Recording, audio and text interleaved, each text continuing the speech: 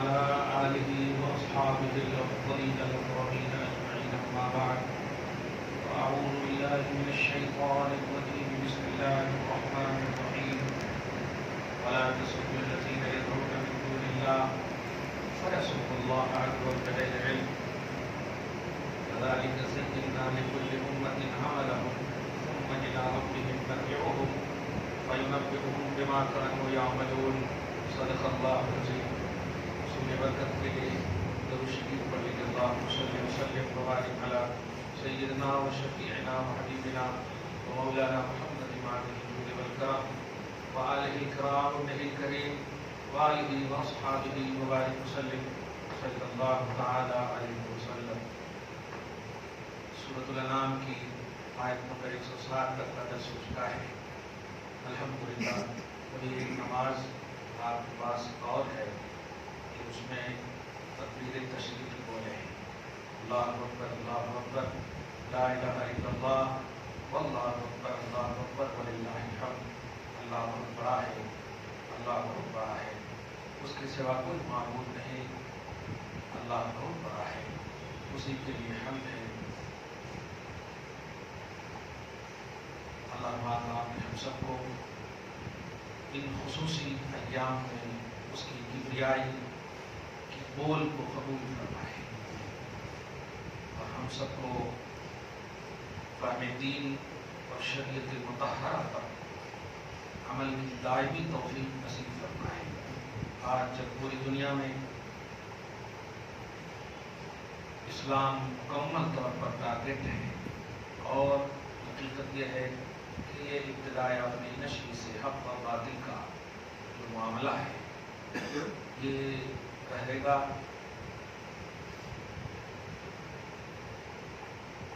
زمین پر نہ صرف مکمل حق رہے گا اور نہ صرف باطل رہے گا، حق اور باطل دونوں رہے گا. جب اللہ کے ماننے والے یعنی حق کو ماننے والے ایک بھی نہ ہوں گے تو اللہ قیامت ڈال دے گا. یہ اس کا وعدہ ہے.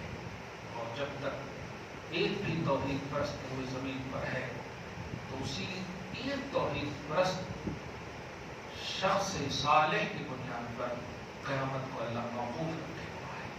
بہت بڑی بات ہے کہ ایک کا یہ مقام ہے کہ ہر ایک کو اس کی وجہ سے بچائے ہوا ہے اللہ.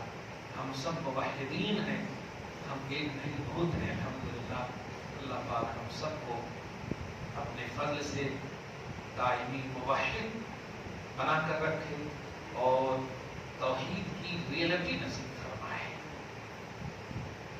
آج آپ ہم سب چونکہ میڈیائی دور سے گزر رہے ہیں اور شاید اب یہ دور ختم نہ ہو بلکہ روز بروز ترقی کرے. سوشل میڈیا ختم تو نہیں ہوگا بلکہ روز افزو ترقی ہوگا، بڑھے گا نت نئے طریقے سے. آپ 10 سال 15 20 سال پہلے بغیر مطلب اس کے چھوٹا سا موبائل آتا تھا، اس سے پہلے لینڈ لائن تھا. محلے میں کسی ایک کے یہاں رہتا تھا اور ہر ایک اسی کے یہاں جاتے تھے کال کے لیے اور ایسا. اب دیکھیے ہر ایک پر اب تو ماشاءاللہ جھاڑو دینے والے بھی ڈیجیٹل موبائل رکھتے ہیں، اسمارٹ فون رکھتے ہیں. یہ زمانہ خراب تو نہیں ہے. زمانہ کیسے خراب ہے؟ اہل زمانہ خراب ہو سکتے ہیں، زمانہ خراب نہیں ہوتا. زمانہ اللہ پاک نے اسی وقت سے رکھا ہے جب کچھ نہیں تھا. یوم خلق السماوات والارض منها اربعۃ حروف. آپ اس کی تفسیر میں پڑھیں. آسمان و زمین ظاہر آدم علیہ السلام کو اللہ نے بھیجا، اس کا مطلب پہلے سے زمین تھی. آدم آئے اس کا مطلب آدمی بعد میں آئے. آدمیت اور انسانیت بعد میں پھیلی، زمین تھی. زمین خراب نہیں ہے، اہل زمین خراب ہوتے ہیں، لوگ خراب ہوتے ہیں. اسی لیے مسلمان غلطی کر سکتے ہیں، اسلام غلط نہیں ہو سکتا. بہت بڑی بات ہے. اور اسی لیے آج کی تاریخ میں ملک کے جو حالات ہیں اور جو وہی 6 سال 7 سال 8 سال پہلے جس بلا وجہ کی حرکت اور قانون کو لاگو کرنے کی بات کی بنیاد پر حکومت وقت اب مطلب حکومت کے براعظمان ہوئی کرسی پہ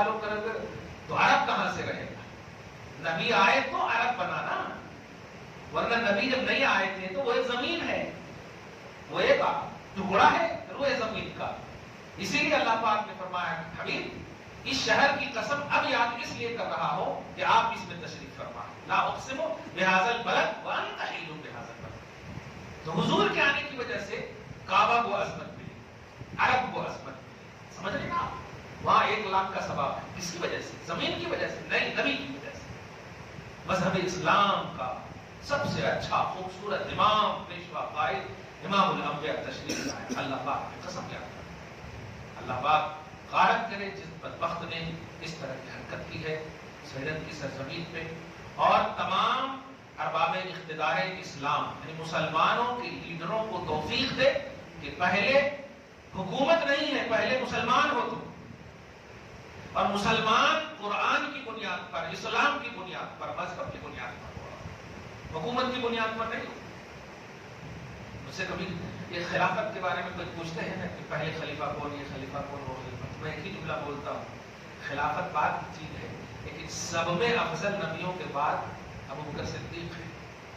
افضلیت ابو بکر کی خلافت پر مقدم ہے. مقدم سمجھے جملہ؟ پہلے سب سے اعلیٰ ہونا حضرت ابو بکر صدیق کا ثابت ہے. خلیفہ تو حضور کے بعد ہوں گے نا، تو افضلیت مقدم ہے. اور جب سب سے افضل ہونا حضور کے جب زمانے میں ثابت ہے تو اب خلافت پر بات ہی مت کرو. وہ سب سے افضل ہیں، وہ چوتھے بھی خلیفہ ہوتے تو سب سے افضل ہیں، سب سے افضل ہیں. سمجھ گئے آپ؟ ایسے ہی ہم مسلمان کس لیے؟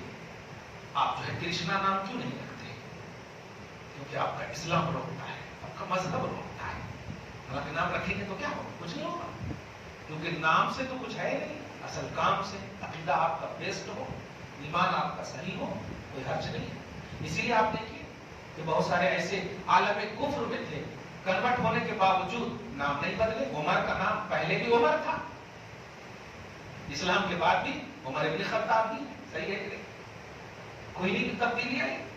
کہنا یہ ہے کہ آج جو پوری دنیا میں بخصوصاً اپنے بھارت کی سرزمین پہ اس طرح کی سازش ہو رہی ہے، آپ پریشان اس لیے نہ ہو کہ آپ کا مذہب کمپلیٹ ہے. اپنے اور اپنوں کو کیجیے تب آئی ڈونٹ کیئر کیا ہو رہی ہے نہیں ہو رہی ہے. دیکھیے کلیئر بات، دشمن اپنی دشمنی کا حق نبھائیں گے، لیکن آپ جب مذہب سے پیار کرتے ہیں تو محبت کا حق نبھائیں گے. آپ یہ نہ دیکھیے کہ اس کے دشمن کیا کر رہے ہیں، آپ یہ دیکھیے کہ پیار کرنے کی رسپانسبلٹی کیا ہے. آپ محبت کرتے ہیں مذہب سے تو آپ پیار کا حق ادا کیجیے. دشمن کی دشمنی کو دیکھیں گے تو آپ پیار کا حق ادا کب کریں گے؟ آپ کا نعرہ ہمیشہ ہونا چاہیے ہمارا اسلام کمپلیٹ ہے. آدم کا مذہب اللہ نے نہیں پسند فرما دیا. عیسیٰ علیہ السلام تک 1,24,000 صحیح ہے، مگر کسی کے مذہب کو نہیں کہا. فرمایا وَالَّذِي أَرْسَلَ رَسُولَهُ بِالْهُدَىٰ وَدِينِ الْحَقِّ لِيُظْهِرَهُ عَلَى الدِّينِ كُلِّهِ. سارے دین پر خالق اس دین کو کروں گا. حالانکہ ہمارا ایمان اور عقیدہ ہے کہ جس بھی نبی کو دین ملا ہے وہ سب حق ہے، سب حق ہے، لیکن اللہ پاک نے اسی دین کو رکھا. سوچئے مذہب اسلام کے مقابلے میں حق کو جب اللہ نے نہیں رکھا، باطل کو کہاں سے رکھے گا؟ آپ سمجھ رہے جملہ؟ بھائی کفر کا مذہب تو باطل ہی ہوگا. عیسیٰ کافر نہیں، مان اللہ انبیاء کرام میں سے ہیں، ان کا دین غلط تو نہیں ہو سکتا کیونکہ اللہ کا دیا ہوا، لیکن رب نے ان کے دین پر پسندیدگی کی مہر نہیں لگایا، آپ کے دین پر لگایا. وَرَضِيتُ لَكُمُ الْإِسْلَامَ دِينًا. میں اسلام سے پیار کرتا ہوں. اس سے بڑی بات کیا ہوگی کہ آپ کمپلیٹ مذہب ہیں. یہ حق کے مقابل بھی مکمل ہے، باطل کے مقابل تو ہے ہی مکمل. اس لیے پریشان نہ ہو. ہماری بیٹیاں بچیاں کبھی اس طرح کی باتیں اگر کریں گی تو ان کو سمجھائیے ایک ہی لفظ میں، کیا تم اپنے مذہب کو کمپلیٹ سمجھتی ہو یا نہیں؟ کیونکہ ٹرپل طلاق وغیرہ کا معاملہ انہی سے ریلیٹڈ ہے، اس لیے مس گائیڈ ہو جاتی ہے. بھائی آپ شادی کو نبھاؤ نا، طلاق کی بات کیا بلا رہے ہیں؟ اب جیسے ان کی شادی ہو، اب ان کی شادی میں جا کر بولو طلاق کی جب بات آئے تو کیا نکاح کی بات کرو. اسی طرح اگر میں کہوں اللہ تعالیٰ آپ کو بخش دے تو کیا حضرت یہ دعا دینا ہے؟ شادی کے وقت شادی کی دعا دو. تو نکاح کی بات ہی نہیں ہو رہی ہے، نکاح کے بارے میں بولا ہی نہیں جا رہا کہ نکاح اچھے سے کرو، نکاح فضول خرچی نہ کرو. جو فرسٹ راؤنڈ ہے اور جو ہے ہی نہیں کوئی راؤنڈ، ہم سوچتے ہی نہیں کہ طلاق کی بات سوچتے تو نکاح کیوں کرتے. وہ تو امپاسبل پہلو جب ہو جاتا ہے، اب ایک دم اور کریٹیکل معاملہ ہو جاتا ہے تو کبھی کبھی ایسا ہو جاتا ہے، ورنہ نکاح کرنے والا طلاق کی سوچتا ہی. تو جو بات ہمارے وہم و خیال میں بھی نہیں، اس کو قانون کا جامع قانون بنانا ہے تو کہو نکاح میں فضول کرنے والے جیل جائیں گے. بناؤ، ہم بھی تیار ہیں. نکاح میں بلا وجہ کے خرچ کرنے والے جیل جائیں گے، ہم بھی تیار ہیں. بیٹیوں کو جہیز کے بجائے اس کا حق دو، ہم بھی تیار ہیں. یہ قانون بناؤ. بیٹیوں کو جہیز پر کیوں دیتے ہو؟ اپنی ناک اونچی کرنے کے لیے نہیں، اس کا حق دو. جو اس کا تمہاری جائیداد میں حق ہے وہ دو. آپ جو شرعاً وہ دے دیتے اور بعد میں کہتے اتنا تو دے دیا نا. نہیں، یہ جو قانون ضروری ہے، جو ایک دم ہیومن رائٹس کے حوالے سے ایک دم پازیٹو قانون ہے، اس پر دھیان دیں. معلوم یہ ہوتا ہے کہ یہ سب سازش ہے، یہ یہودی لابی فکریں ہیں، اس لیے ان چیزوں سے ہمیں باخبر رہنا چاہیے. ہمارا مذہب کتنا خوبصورت ہے. آج کا درس سنیے، آیت نمبر 107. اللہ پاک ہے آیت نمبر 108، لا تسبوا الذین یدعون من دون اللہ. ایمان والو، انہیں برا بھلا نہ کہو، انہیں گالی نہ دو جو اللہ کو چھوڑ کر غیر اللہ کو پوجتے ہیں. اب بتائیے، اتنا خوبصورت مذہب ہے آپ کا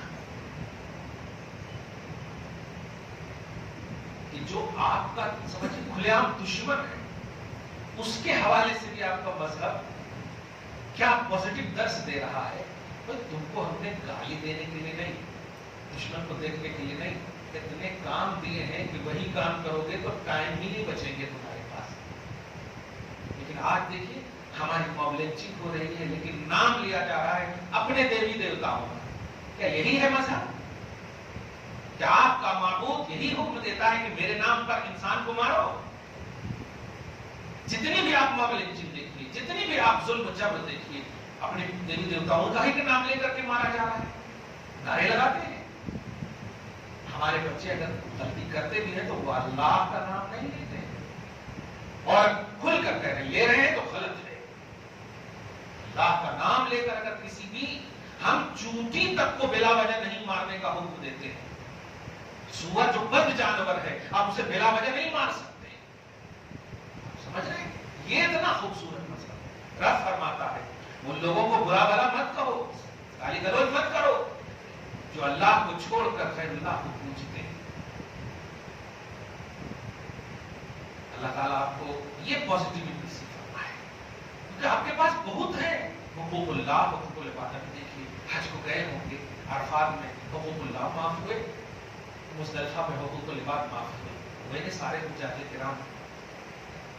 آپ یہ سب سمجھ رہے ہیں؟ کسی نہ کسی طرح سے وہ حاجی سے آپ کا لنک ہوگا نا. میں جب ایک حدیث پڑھتا ہوں نا، نبی فرماتے ہیں کہ میدان محشر میں 10 ایسے شخص کو حافظ قرآن بخشوائے گا، سفارش کرے گا، وجبت علیہم النار، جن پر جہنم واجب ہو گئی. ارے باپ، 10 اپنے خاندان قبیلے پڑوسی ہوتے ہیں، ان کے رشتے دار کسی نہ کسی طرح سے لنک رکھنے والے، ایسوں کو بخشوائے گا. واہ، سوچئے جو صرف حافظ ہے وہ اس کی یہ شان ہے. جو حافظ کے ساتھ ساتھ عالم بھی ہوگا، ساتھ ساتھ مفتی بھی ہوگا، اور آپ چاہے ولی ہوگا، اوپر چلتے چلتے چلے جائیں اور اسٹیٹس دیکھیں نبی کا. باپ رے باپ، یہ ہے ہمارا نیبل. مذہب اسلام ہر طرح سے آپ کو پازیٹیو رکھنا چاہتا ہے. ہماری سوچ کیا ہے؟ فجر کی نماز ہم نہیں پڑھیں گے، پیپر دیکھ کر کے لعنت بھیجیں گے اللہ تعالیٰ امریکہ کو ختم کر دے. کیسی بات ہے؟ اس کو برباد کر دے، کیسی بات ہے؟ نہیں، آپ اللہ کو بس عبادت کیجیے. اللہ آپ سے زیادہ جانتا ہے کہ آپ کے ساتھ کیا کرنے والا ہے. پیدا کرنے سے پہلے جانتا ہے کہ کیا کرنے والا. ماں کے پیٹ میں تھے، 4 چیز لکھ دیا ہو. آپ نیک وقت ہے، بدبخت ہے، کتنے دن تک جیئیں گے، کتنا آپ کھائیں گے، عمر کتنی ہے آپ کی، رزق عمر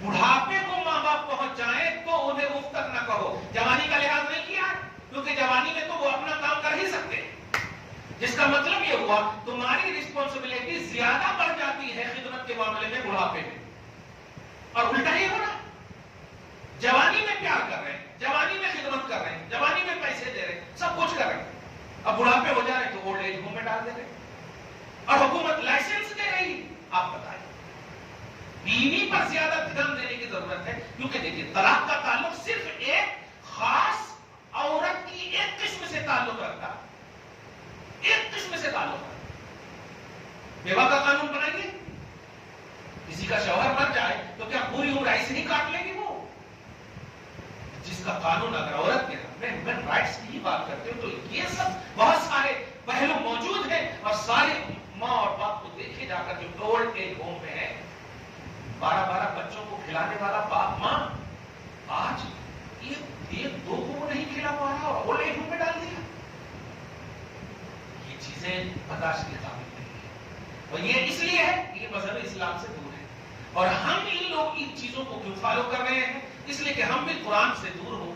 اور یہ جو بار بار اللہ تعالیٰ دکھا رہا, کیونکہ دیکھیے قرآن پاک میں سورۃ النحل میں پارہ نمبر 14 میں فرسٹ پیج ہی میں اللہ پاک نے فرمایا اِنَّا نَحْنُ نَزَّلْنَا الذِّكْرَ وَإِنَّا لَهُ لَحَافِظُونَ. ہم نے اس قرآن کو نازل کیا ہے, ہم ہی اس کے محافظ ہیں. تو سوال یہ ہے جب اللہ حفاظت فرمانے والا ہے تو وہ سویڈن میں کیوں جلایا گیا؟ ایک آٹومیٹک سوال ہوتا ہے. آپ کہیں حفاظت کرنے والے اور نہ کر سکیں تو کہا جا سکتا ہے انسان ہے, غلطی تو ہو سکتی ہے, لیکن اللہ تو بہت طاقت والا ہے نا, ذو القوۃ المتین. پھر کیوں نہیں بچایا؟ یہ بچایا اس لیے نہیں کہ وہ طاقت نہیں بلکہ عبرت کے لیے کہ جب تم میرے قرآن کو پیار سے نہیں دیکھو گے, نہیں پکڑو گے, قرآن کی جگہ موبائل رکھو گے ہاتھ میں, طاق پر صرف جہیز کے لیے جہیز کے قرآن کو لا کر رکھ دو گے, اس میں کیڑے پڑ جائیں گے, پھر مسئلے پوچھو گے کہ کہاں رکھنا اس کتاب کو, تو پھر یہ عبرت کے لیے ہم دکھائیں گے. یہ خدا اپنی طاقت کے خلاف جملے نہیں بول رہا, یہ تمہاری عبرت ہے. پیار کرو. اب دیکھیے نا, پیار اگر بیوی سے کریں گے تو کیا ان کی عزت نہیں کریں گے آپ, ان کی حفاظت نہیں کریں گے آپ؟ پیار کا مطلب ہی یہی ہے کہ وہ اگر الٹے پلٹے انداز میں بھی رہیں گی تو کیا جی ایسا کیسے ہے, ہر طرف اٹریکٹ رہیں گے آپ, ہر طرح سے آپ متوجہ رہیں گے. تو قرآن سے پیار کیا ہے؟ سال میں ایک مرتبہ پڑھنا اس کو, یہ پیار نہیں ہے, یہ دھوکہ ہے, یہ ان پر زیادتی ہے.